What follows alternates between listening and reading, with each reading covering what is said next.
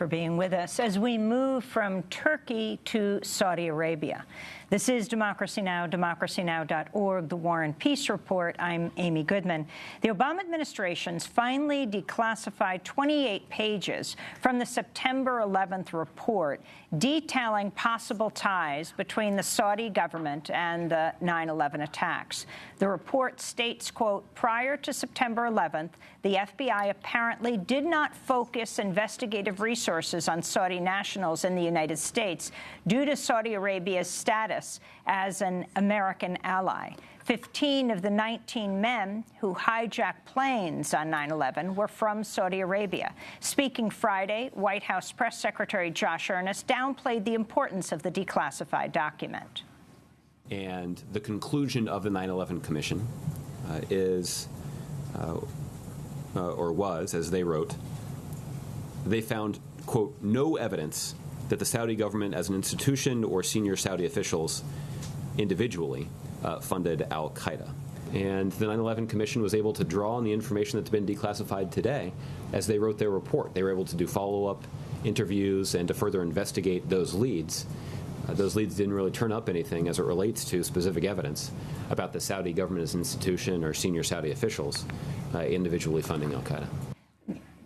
The declassified document raises new questions about the role of Fahad al-Thumairy, a Saudi consular official based in the Los Angeles area.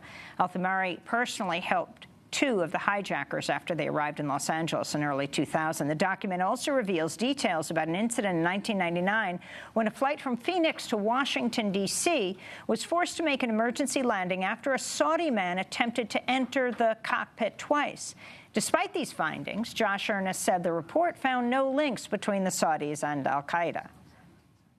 This information, even as it's now publicly available, does not change the assessment of the U.S. government that there's no evidence that the Saudi government as an institution or senior Saudi officials individually funded al-Qaeda. We are now joined by Medea Benjamin. She's co-founder of Code Pink. Her new book is called Kingdom of the Unjust, Behind the U.S.-Saudi Connection. It will be out in August. Welcome to Democracy Now!, Medea. Thank you. I saw you outside protesting quite a major scene there with police on horseback pushing you women of Code Pink forward with their horses as you were singing for peace. But we'll talk about that in a minute. Let's talk about Saudi Arabia first. This is hardly getting any attention, clearly deliberately, by the Obama administration, because it came out on Friday when at the time, this is before so much took place on Friday. But at the time, it was believed Donald Trump was going to be announcing his running mate, Governor Pence. Talk about the 28 pages that you have been demanding among many people, including the former governor and senator from Florida, Bob Graham, released. It finally was. Well, you're right to put it in the context of they tried to hide this as much as they could. I mean, a Friday afternoon when Congress is going on its summer vacation, when the conventions are starting, they really wanted to bury this. What is in the 28 pages? Well, I think the way the administration and the Saudi officials tried to downplay it, you have to question, well, then why were they hiding it for 14 years?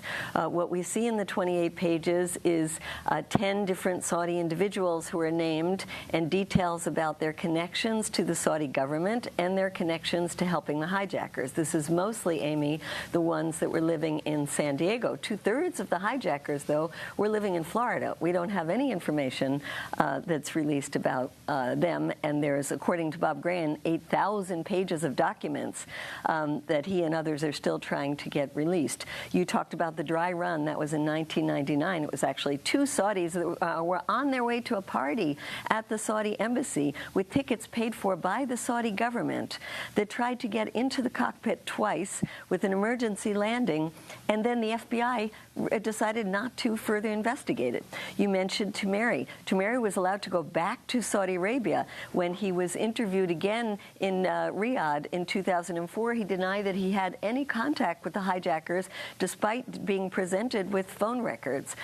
There are so many connections between individuals related to the Saudi government and these hijackers that it's hard to even see why the U.S. government, whether it's under the Bush administration or the Obama administration, continues to consider Saudi Arabia an ally. Of course, if you look deeper into it, you see things like $97 billion worth of weapons sales, so there's a lot of money involved in this alliance. And talk about that. Talk about the U.S.-Saudi relationship. The U.S.-Saudi relationship right now, I would say, is not based on oil because only 12% of the oil from the United States comes from Saudi Arabia.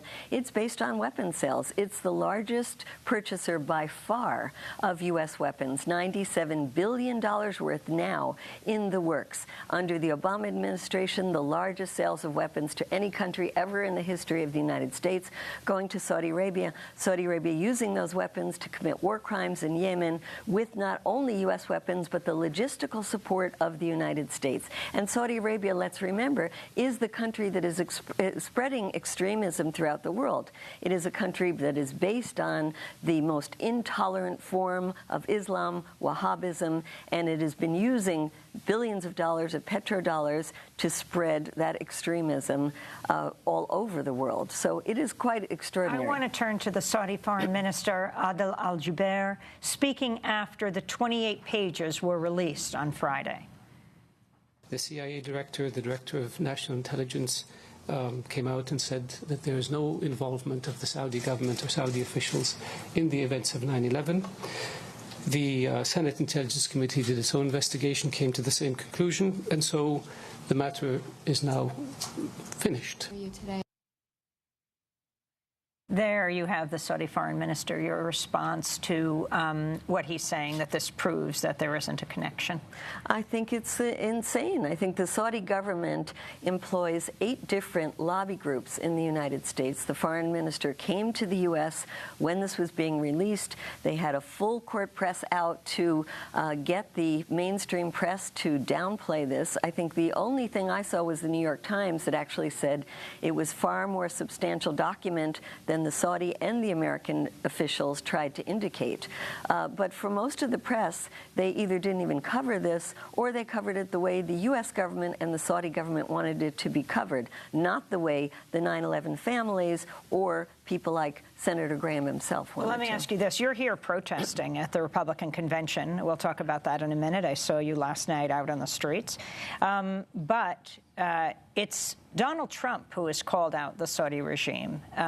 Talk about Donald Trump versus Hillary Clinton on this issue, not to mention the Libertarians and Green Party candidate as well. Donald Trump really wants the Saudis to just pay more. I mean, Donald Trump would be happy with the relationship with Saudi Arabia as long as the Saudis paid more for their own, what he calls their defense. He wants the Saudis to get more involved in the Middle East conflicts. So yes, he has said some things about wondering if they really are friends of the United States, but in the end, I don't think we should be under any illusion that Donald Trump is going to cut off the Saudis. He just wants a better deal. In fact, Donald Trump has many dealings himself personally with the Saudi government and Saudi princes. The Hillary Clinton? Hillary Clinton has an even worse record. In fact, her foundation has received somewhere between $10 and $25 million from the Saudi government. She has had very intimate dealings with the Saudis, calls them a great ally of the United States, and it was when she was Secretary of State that the highest amount of weapons sales was approved to the Saudi government.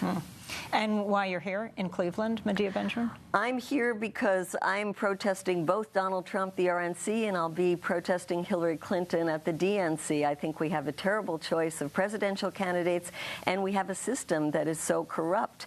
And one little part of that is this continued alliance with a repressive Saudi regime that's repressing its own people, that is spreading extremism around the world, and we have to question why in the world is our government and our 2 political parties continuing this alliance. The approach that the police took to you, all dressed up as Pink Lady Liberties, the code Pink Women, with signs that talked about immigration rights and ending endless war, and then them moving in on you on horseback last night?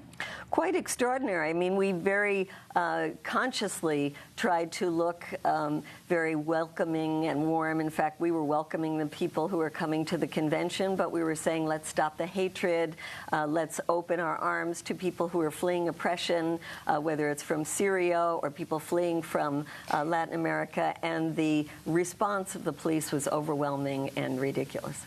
Well, we will continue to follow the protests, of course, on the ground this week. Medea Benjamin, thanks for being with us, co-founder of Code Pink. Her latest book coming out in August, Kingdom of the Unjust, Behind the U.S.-Saudi Connection.